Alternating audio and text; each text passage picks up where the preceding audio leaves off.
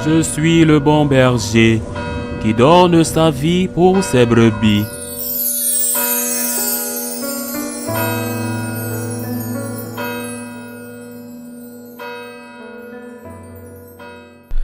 En ce temps-là, il arriva que Jésus, passant à travers villes et villages, proclamait et annonçait la bonne nouvelle du règne de Dieu. Les 12 l'accompagnaient, ainsi que des femmes qui avaient été guéries de maladies et d'esprits mauvais. Marie, appelée Madeleine, de laquelle étaient sortis 7 démons. Jeanne, femme de Cousa, intendant d'Hérode, Suzanne et beaucoup d'autres, qui les servaient en prenant sur leurs ressources. Acclamons la parole de Dieu. On entendit, ou on lit souvent, que notre époque est une époque païenne. Dit cela, c'est ignorer ce qu'était l'époque païenne, et bien sûr, ce qu'était l'époque à laquelle Jésus a vécu concrètement, c'est-à-dire le peuple juif, la Galilée ou la Judée. Le paganisme n'était pas un monde athée. Les ruines des temples et l'histoire, les documents confirment qu'il était rempli de lieux de culte. Ces villes romaines ou grecques, égyptiennes ou plus à l'est, les villes des empires perses étaient pleines de temples. C'étaient des gens profondément religieux. D'un autre côté, il est vrai que les relations avec leur Dieu étaient une relation d'intérêt ou de crainte. Et c'est vrai. Mais c'étaient des gens profondément religieux. Et si l'on regarde le monde juif, c'est vraiment un exemple d'ignorance énorme et une offense pour les Juifs, une offense qu'ils ne méritent pas.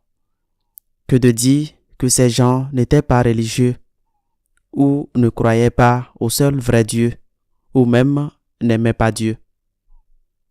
Quand on parle par exemple du concept de miséricorde, je le répète, beaucoup n'ont pas lu l'Ancien Testament, ni les prophètes.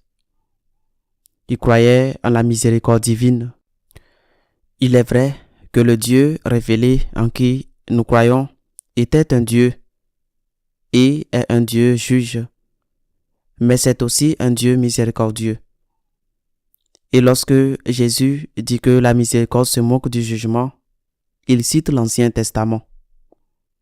Le Dieu auquel croyaient Saint Joseph, Saint Joachim et Sainte Anne, les grands-parents de Jésus, était un Dieu avec lequel nous pouvons être tout à fait d'accord. Alors qu'apporte Jésus à un monde païen qui croit au Dieu? Que leur apporte-t-il? Ce que les Juifs avaient déjà. Il n'y a qu'un seul vrai Dieu, qui est le Créateur de toutes choses, qui est le Seigneur. Et qu'ajoute-t-il à cela? Et qu'ajoute-t-il aux Juifs?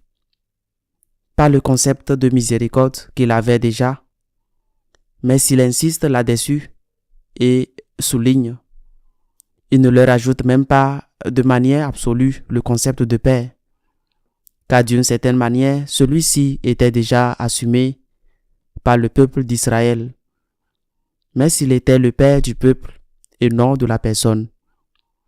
Qu'est-ce que Jésus ajoute-t-il? Il ajoute d'une part la révélation que Dieu est un et trine, la Sainte Trinité, ce qui est spécifiquement chrétien. Dieu est unique et différent. Unité de Dieu, 3 personnes distinctes. Mais ce que Jésus ajoute, ce que l'évangile d'aujourd'hui dit qu'il prêchait de village en village, la bonne nouvelle du royaume de Dieu.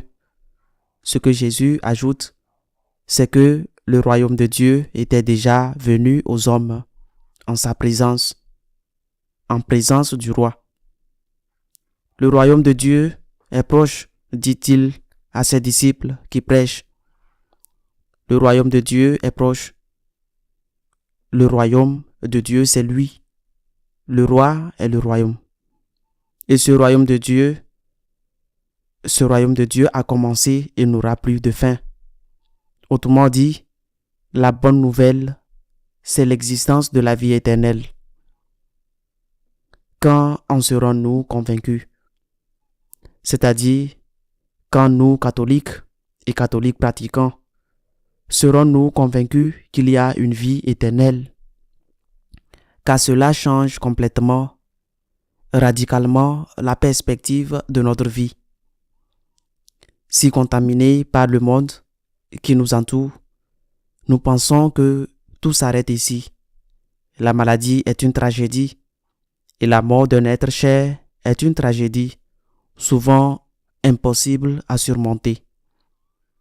Il s'en va, vous lui donnez une dernière étreinte, vous embrassez son front déjà froid et vous pensez que vous ne le reverrez plus jamais. Tu es un païen baptisé. Ce n'est pas un païen qui va à la messe, tu es un païen. Le Christ est venu annoncer que la vie éternelle est une réalité et c'est la meilleure nouvelle, la seule nouvelle qui mérite d'être qualifiée de bonne nouvelle. Tout son message moral est marqué par ce concept. Heureux les pauvres. Pourquoi? Parce que le royaume des cieux est à vous. Heureux ceux qui pleurent. Pourquoi? Parce que vous serez consolés. Ici sur terre, non. Nous ne pouvons pas supprimer de notre expérience vitale et quotidienne la certitude de la vie éternelle. Mais cela, c'était facile à dire. C'était une promesse politique dans le sens où les politiciens promettent des choses qu'ils ne tiennent pas ensuite et disent sans honte, c'était des promesses électorales. Jésus n'avait pas à promettre s'il ne pouvait pas le prouver. Pour prouver qu'il y a une vie éternelle, il devait ressusciter. Et pour ressusciter, il devait mourir. Tout est centré là-dessus. Lorsque l'évangile commence à être écrit quelques années plus tard, peu après la mort et la résurrection du Seigneur, les premiers textes qui sont écrits ne sont pas le récit de la conception virginale de Marie, ni la fuite en Égypte, ni le baptême dans le Jourdain, ni les merveilleuses paraboles, ni le sermon sur la montagne. La première chose que les apôtres ont commencé à prêcher, puis Matthieu et plus tard Jean ont commencé à écrire, c'est le récit de la mort et de la résurrection du Seigneur. Tout est là. Le reste n'est que préparation et conséquence de cela. Saint Paul dit, « Je sais en qui j'ai mis ma confiance. » En qui? En le Christ ressuscité. Si le Christ n'est pas ressuscité, dit-il, notre espérance est vaine et notre foi est vaine. Nous sommes les plus malheureux des hommes, mais le Christ est ressuscité et je sais en qui j'ai mis ma confiance. Telle est la bonne nouvelle, la seule vraie bonne nouvelle. Il y a la vie éternelle. Nous devons vivre en gardant cela à l'esprit, en sachant cela, car tout a sa place. Cela ne signifie pas que nous ne devons pas nous occuper des choses de ce monde, des affaires de la santé et de l'avenir de notre famille. Mais cela signifie que lorsque vous croyez en la vie éternelle, les choses sont inévitablement relativisées. Est-ce important? Oui, c'est important. Mais est-ce vraiment? Face à la mort, est-ce que cela reste important? Et si cela n'est pas important face à la mort, comment cela pourrait-il l'être face à la vie éternelle? Nous ne devons pas seulement confesser notre foi, nous devons la pratiquer en commençant par cela.